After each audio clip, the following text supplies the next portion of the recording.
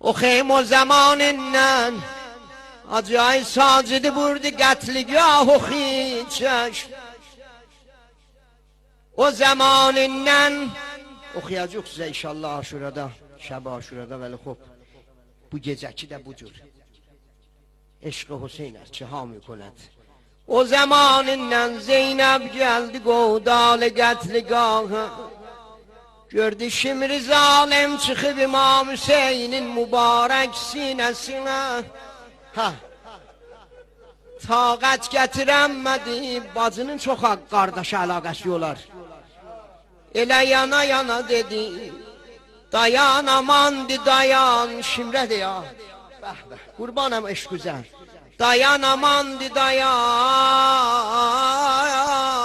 arzusinə yetirim.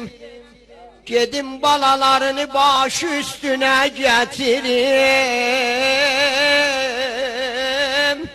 Dayan amandı dayan, koyma suze gemle yanım zalim.